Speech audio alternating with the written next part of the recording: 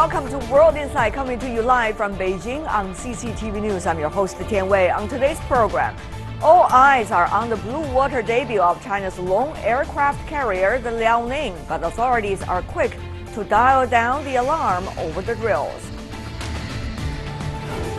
And China's own Renaissance man Feng Tang talks about his prodigious career, especially his widely recognized novels. A series of drills involving China's Liaoning aircraft carrier has been carried out in the East China Sea, stretching all the way to the South China Sea. The maneuvers included the air combat confrontation and aerial refueling. The J-15 fighter jet also successfully landed on the Liaoning. However, several of China's neighbors saw these routine exercises with suspicion. Take a look. A Chinese Navy formation, including China's first aircraft carrier, the Liaoning, headed towards the West Pacific on Saturday for scheduled blue water training. The Liaoning has come so far from the unfinished Russian carrier bought from Ukraine and became part of the People's Liberation Army Navy Surface Force in 2012. It is the first time the carrier has been deployed to distant sea waters. Now we are at an unfamiliar sea area where training conditions are complicated not only in the environment but also in hydrology. So there are highly technical requirements in the drill. We have to prepare ourselves all the time for the aircraft's landing on the carrier in such complicated conditions. Japan is alerted of the routine exercise, though there was no incursion into Japanese waters. We are keeping a close eye on China's activities around Japanese territorial waters while making a full preparation on our surveillance efforts. Many suspect that the drills were a response to renewed cross-strait tensions over the phone call between U.S. President-elect Donald Trump and Taiwan's leader. The U.S. State Department said on Monday it was keeping an eye on China's military modernization, and it expected nations conducting defense exercises to comply with the law. Taiwan had also been monitoring the drills closely. This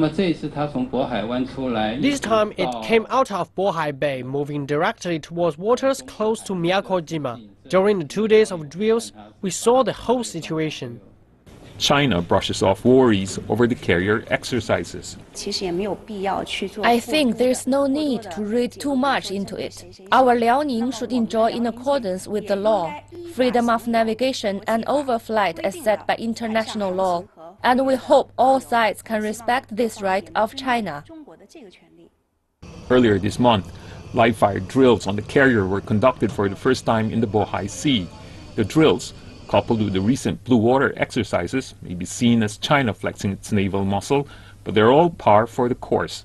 As part of routine activities, and concerned parties are cautioned not to make a mountain out of a molehill. Well, is the apparent alarm over the Liaoning's blue water drill justified? For more discussion on China's aircraft carrier exercise, we are joined here in Beijing studio. Senior Captain Zhang Junshe. He is a vice president of the China Naval Research Institute. In Beijing, we also have Mr. Teng Jianjun, director of the Center of Arms Control at the China Institute of International Studies. In the United States, joining us, General Wesley Clark from the city of Little Rock, Arkansas. He is a retired U.S. Army general and former NATO Supreme Allied Commander in Europe. Gentlemen, welcome to the three of you. Thank you for joining us during the holiday season.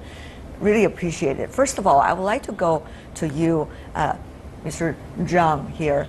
Senior Captain Zhang, how should we understand the level of exercises that Liaoning, the aircraft carrier, is now doing at this moment? Well, I think it was conducting a normal and routine training according to the training plan of the PLO Navy. But it was the first time for the aircraft to carry its fighter jets to the high seas to conduct such kind of training. This is the first time. It is not just the aircraft with its fighter jets, but also something called the initial operation capabilities. So exactly, what is Liaoning trying to achieve this time? Well, we can see that through the Bohai Sea, the East China Sea, and South China Sea, and also the Western Pacific Ocean, that the Liaoning aircraft carrier and its supporting vessels, including the destroyers and air frigates, and also the fighter jets on its deck, have been conducting tactical training, including the air confrontation training and also air refueling training. I see. This training require high level techniques and also tactics. And this is the first time for the aircraft carrier to go to the Western Pacific region. So all this shows that the aircraft carrier has achieved its initial operational capability. Okay, maybe some of the terminology you use, Senior Captain Zhang, is not that familiar to our audience from all over the world, but certainly could be familiar to General Clark. And therefore, General Clark, what is your judgment of exactly what Liaoning is doing there? Are people overreacting to it? They're overly concerned? Well, I think that all of us who've watched the progress of the Chinese Navy have understood that the Liaoning was going to become operational, that its pilots needed training, its pilots were going to move beyond Chinese coastal waters, and the ship was going to be prepared for deployment. So I don't think there's any military significance in this beyond the fact that the Chinese Navy is gaining blue water capabilities. I think the concern you're seeing has to do with the larger issues concerning China's overall policy, its intent in the South China Sea, and a little bit from the dust-up in rhetoric between President-elect Trump and Chinese leadership. Mr. Teng, here in Beijing, what do you make of General Clark's judgment? At this point, is Taiwan issue one of the reasons, at least, Liaoning is there? I don't think there is any direct connection between the training and the issue of Taiwan at this moment. But some, media in Taiwan or some, politicians in Taiwan said this is actually a very specific training targeted at the separatists in Taiwan. But from the Chinese military side, there are already formal suggestion that it is there, Liaoning, in the waters, together with some of the other fighter jets, to make sure China has the capability of a unified country. Yeah, this is another side of the coin. I think this is a continuation of our test. This is a test and experiment platform for the future aircraft carrier. And I think the most important part for this training is that we have a real complete task force, including the aircraft carrier, destroyer, frigates, and also submarine even, and also the fighters. And we also saw the refueling, in the air, and also the fire of the missiles in the training. This is a very important step for the task force or the battle group of aircraft. That means China Navy does have the real task force of aircraft carrier. I see. Senior Captain Zhang, there have been very two diverse opinions about exactly what Liaoning is about. There's one stream of opinions suggesting, well, Liaoning is just one of those retired from other countries and China remake it a little bit, repaired it, and put it on the water just to demonstrate China has the capability of having an aircraft carrier. So it's not much of a deal at all. And others are suggesting, wow, this is really serious. China is trying to flex its muscles in the South China Sea, trying to demonstrate to the neighboring countries that China can and will do something in the near future. So these, of course, opinions are very different from one another, but these are all circling, as you can see in the media. Exactly. Why is China having Liaoning? Why is China trying at this critical point when the president in the United States coming into the office, trying to do this drill? And what is China's ambition, really, Navy-wise? You're coming from the Navy Research Institute. You probably could tell us exactly what it's about. Well, it's a big question. But first, I want to say that the aircraft carrier is a good weapon to defend our motherland. And also, I want to say that by conducting high seas training and also remote training with its fighter jets and also it's supporting destroyers and frigates. I think this demonstrates this aircraft carrier or the Chinese Navy has achieved its initial operational capabilities that can extend our maritime defense range. But on the other side, I want to say that it is only initial operational capability, but not full operational capability. It's a far way for the aircraft carrier to achieve full operational capability. Okay, Senior Captain Zhang, I want to be even more direct with you with this question. Yeah. Is China's developing aircraft carrier, including having this rail of Liaoning and some of the other fighter jets on it, to deter or to, in the future, proactively taking military actions against others in the region? First, I want to say this routine training of the Liaoning aircraft carrier is not flexing muscle. We know that the United States Navy has 10 aircraft carriers operating all over the world. And this one is not want to show our strength, not want to say that this, but by having an aircraft carrier or more aircraft carriers, we will certainly improve our defense capabilities. It's not fair if I keep on to let you explain about things, which you have explained very clearly at this point. So you talk about numbers. Let's talk about numbers. U.S. Department of Defense recently outlined the capability gap between Chinese and the U.S. navies. Take a look at this. China so far has only one aircraft carrier, though there are reports that another one bigger than the Liaoning is under construction. We cannot confirm it at this point. Well, the United States has 10 carriers plus one near commissioning and another one under construction. General Clark, I want to go to you about that. What is U.S. having in mind? Of course, you are one of the most powerful countries in the world, and to do that is to keep peace in the world. Certainly, military is there to deter, and yet many are wondering whether your military is likely to take some unpredictable or unwelcome gestures and actions in the waters near China as well.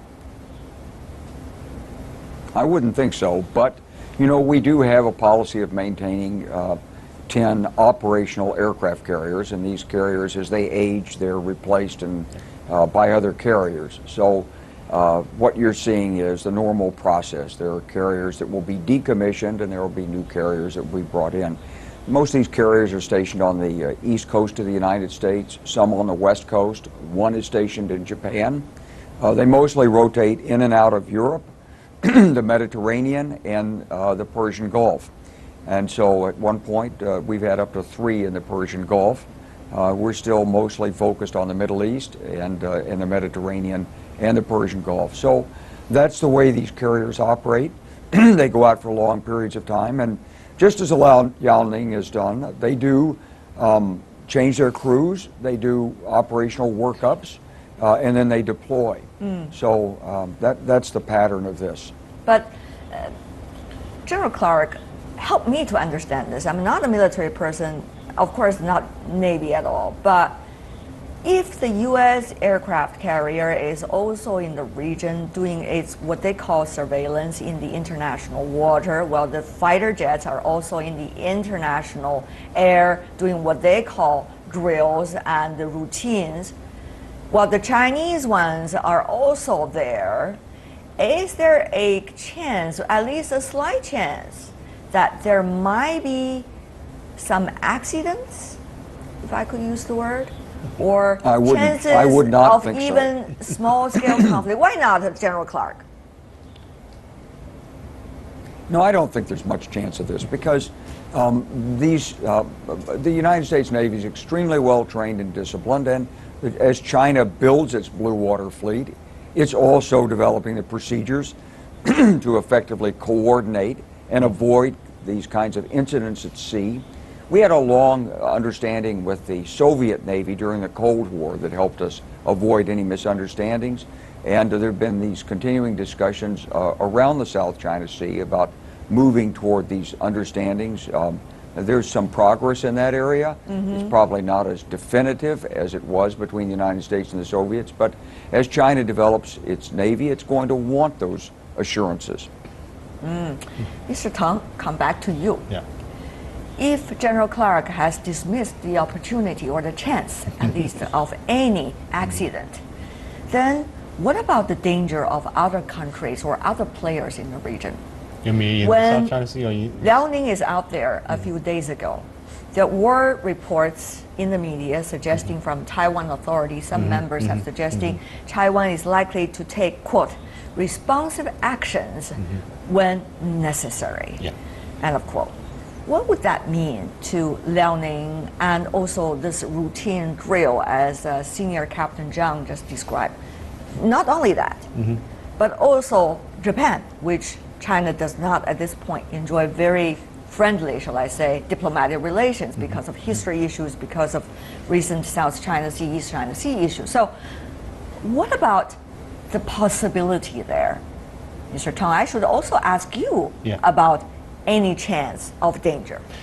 There is some danger for the accidental, clash between the Chinese Navy and the Japanese Navy in the future. But I think as every blue water navy, it does have two capabilities. The first is operation in war, and the second is a deterrent capability.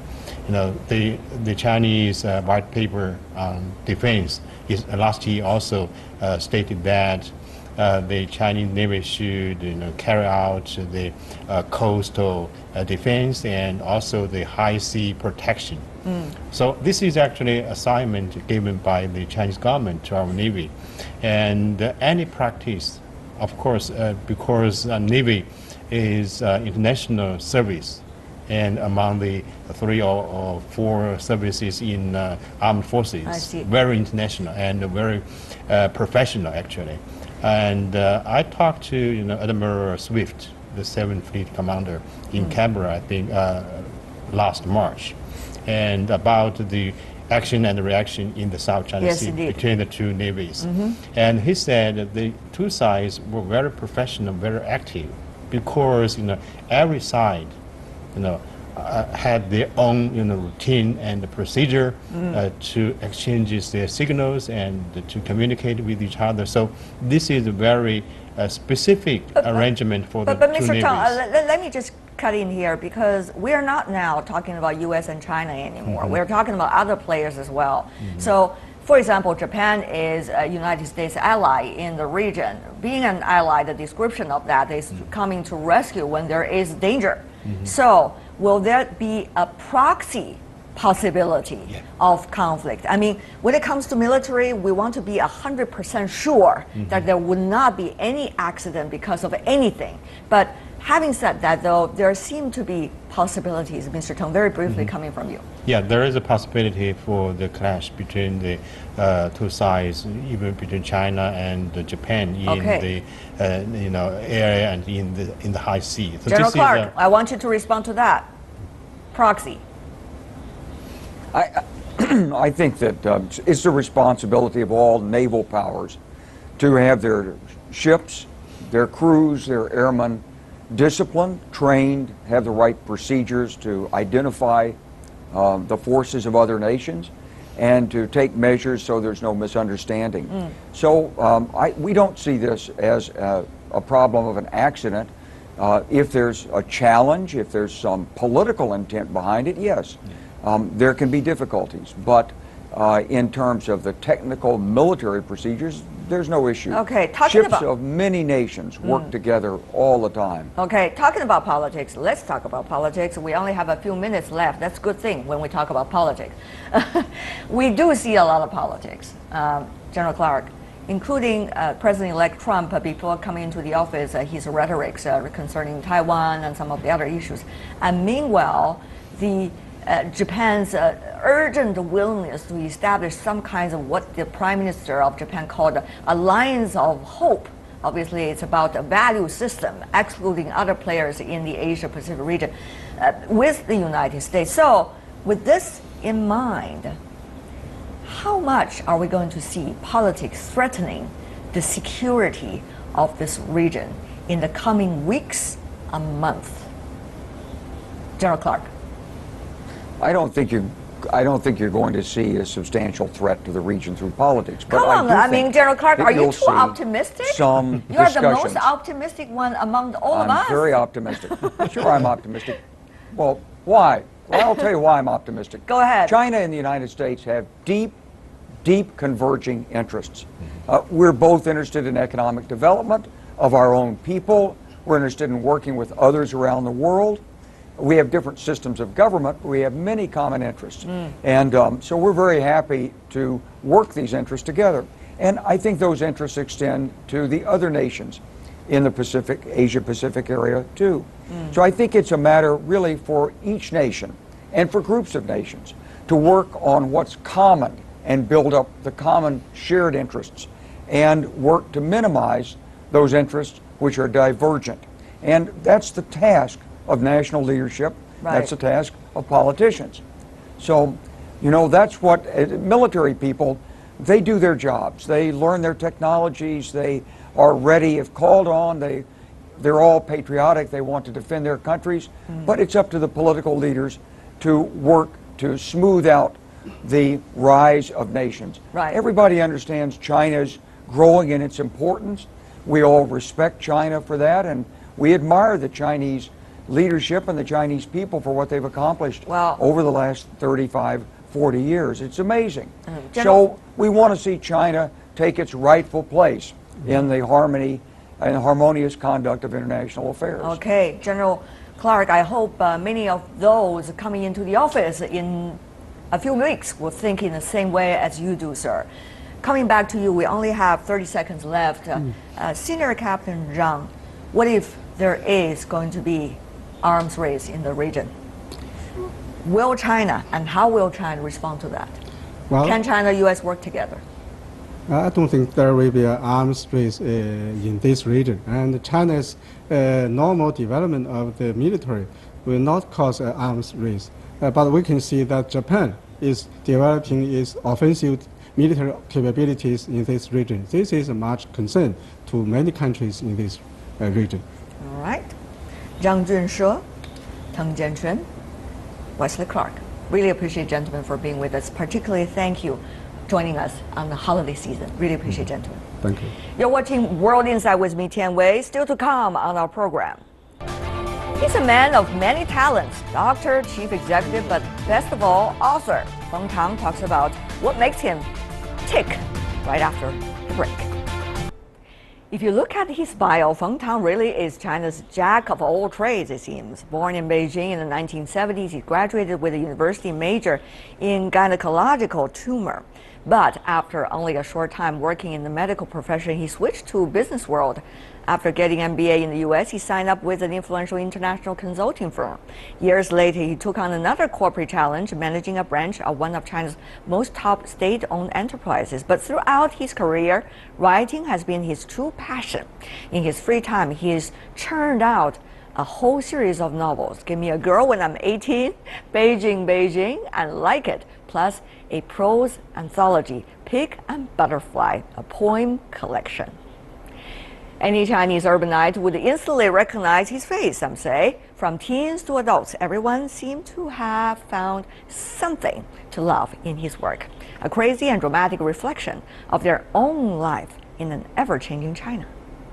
You describe yourself as audacious. What does this mean to be audacious as a writer in China? To me, being audacious, number one, I just write as free as I want, in terms of content and also in terms of selection of word, selection of forms, both content and the format. Number two, I tend to not to follow any social taboo in my writing. Pay no attention to the limitations of social norms. Number three, I pay no attention to the market response. I pay very little attention to the sales number. So net, I just write as freely as possible, regardless of anything. Is it really possible to do that? I think that's the rules I try to follow. Of course, if you aim at getting 10, sometimes you get 8 or 9. However, if you only aim at 6, you won't pass the average. So how would you now describe yourself? 6, 8? I'm aiming at 10. I'm working on reaching 10, but I'm not in the position to judge my achievement so far, and I hope I can achieve higher and better. Though Feng Tang is modest about his achievements, he was certainly keen to show me one of the places he loves and lives. A corner of a traditional courtyard in downtown Beijing, which he says was a private temple for one of the most powerful women in Chinese history, the Empress Ishida. He told me of all the legends surrounding the place, while I nursed my teacup and admired his collection of antiques. Feng Tang told me that he really loves the contrasts between the ancient and the contemporary. It's such a gift to him as a writer. China is such an interesting place these days. Maybe the most intense place in the world. Yeah. What does that mean to you as a writer? I think I'm born in the right time.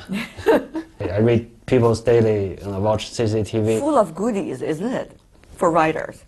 Full of interesting stuff, very interesting stuff. Sometimes even I use my imagination. I cannot think things could be this way. Can you help me to understand how those stories, maybe on the paper, on TV, or through stories told by the others, yes, would eventually reflect it in some of your works? Does it really go that way? Yes. Okay. Yes. For example, just give you one story just happened during this lunch. I had lunch with my parents. My father was away. My mom was saying to me that, hey, did you watch TV last night? I told her many times, I don't have a TV at all. Did you watch TV last night?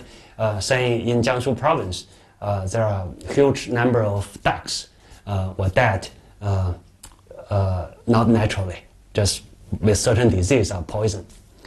Then just at this time, my father came in saying with a duck, saying it's extremely cheap. I don't know what's going on, but I like the price. I just bought one. So this, that thing cannot happen. Just little things, but coincidences, yes, the drama yes, has always yes, been there in yes, life. Yes. Too many to choose from? Yes. How would you streamline them as a writer? The ones came into my mind first. Usually what kind? Usually with strong contrast, or usually something with a strange sense of humor, just as the one I just described to you. You can imagine... Satirical a little bit. Yes. You can imagine what in my mom's heart when he saw my father came in with a stupid duck. I always you. What did you do with that duck? I didn't eat anything. That's interesting. Talk about language. Yes. In your books, you use some very interesting combination of Chinese language with a modern kick, while at the same time combining some of the minor elements of the elegance of the ancient Chinese languages. Yes. It probably has a lot to do with your upbringing and your reading history. But what is the language to you as a writer, as a Chinese writer, contemporary? Here, I could be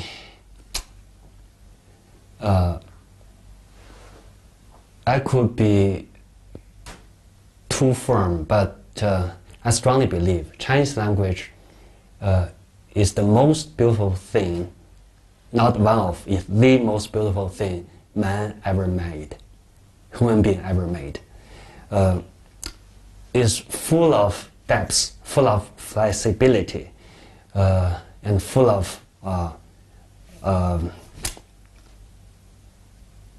the possibility. So it's sometimes what I mean by full of possibility is you always feel the limitation of one language, even in Chinese. But on the other hand, if you know Chinese as a language better, you will find out it can create things that larger than your imagination, richer than your original thinking. Do you play with that a lot? Yes, yes. For example, the name of the towns and the cities. Give you one example in Shandong, they call it Xixia, is live with all the rainbows, living with the colorful cloud. So there's many things in the Chinese language that are extremely beautiful, extremely warm, sometimes can be extremely deep. Are we as creative as we were before? No. Or actually we have so much left behind our ancestors? No, I think we, as a whole, we haven't really digested what our ancestors left us. What does it take to digest? Reading, reciting, read more books. My thinking maybe still very traditional. I still think it's like Kunlun Mountains. You need to go to the top of Kunlun Mountain and grow your own plant on the top of Kunlun Mountain. There's a consequence. That's just a sequence of that. You go to the top, then you grow your own things. Right. So you learn before you can really create. But on the other hand, I agree. Some extremely young artists, some extremely young businessmen, they can create something extremely beautiful. So that's, I think we can combine these two together. Feng Tang enjoys talking about China's history and his own personal history, particularly some of the most dramatic episodes. He belongs to the generation born in the 1970s, right in the midst of China's Cultural Revolution. But he's lived through a period of huge change in China as the economy blossomed and the country opened up to the outside world.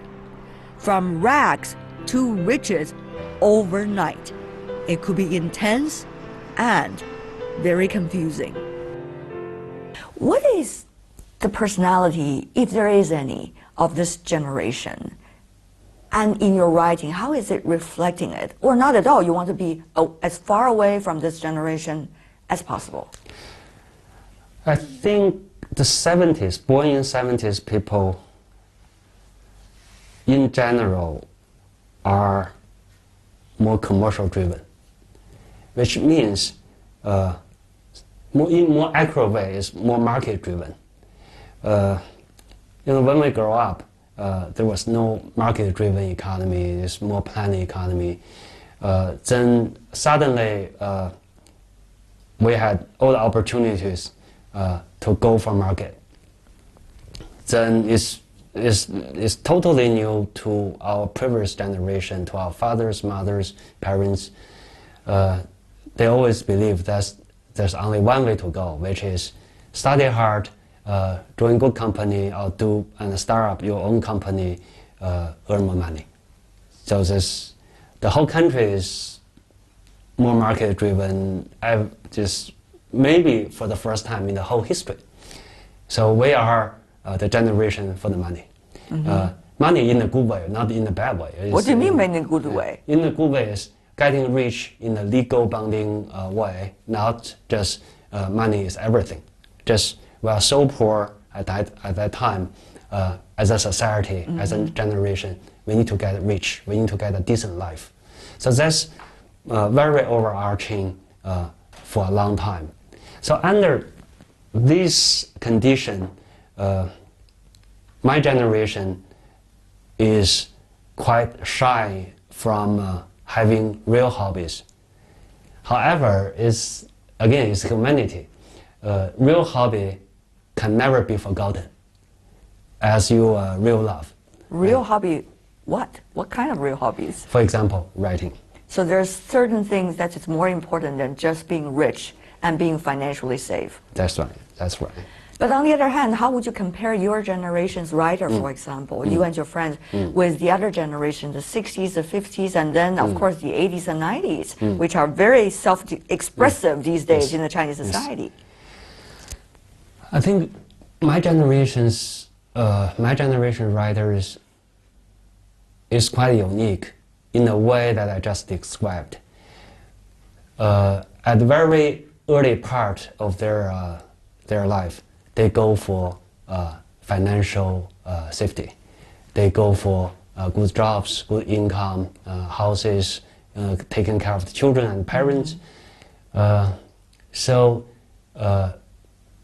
the smartest people of my generation, they are not writers when they are very young. However, the good part of that is they have real-world experience. Right. So they know how it feels to lead an army of 10,000 people, right? I mean, in a commercial organization. Right. They know the world. Normally they study abroad, normally they get degrees both in China and also in US or UK. Sometimes they study literature outside China. So they're, in terms of knowledge base, they're very solid. They don't have the burden of Cultural Revolution.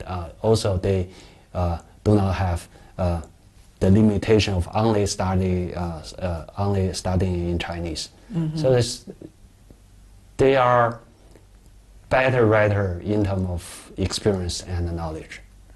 Are you going to say this to the 80s and 90s generation directly? Yes, yes. What do you think about them? They have more freedom than we do. Newer generation, they do have the freedom to choose different way of life, different way of career. However, their potential risk compared to my generation is their time is too fragmented. They have too many attractions. Even looking at this stupid screen, they have a smartphone. At that time, they don't even have a computer. Right.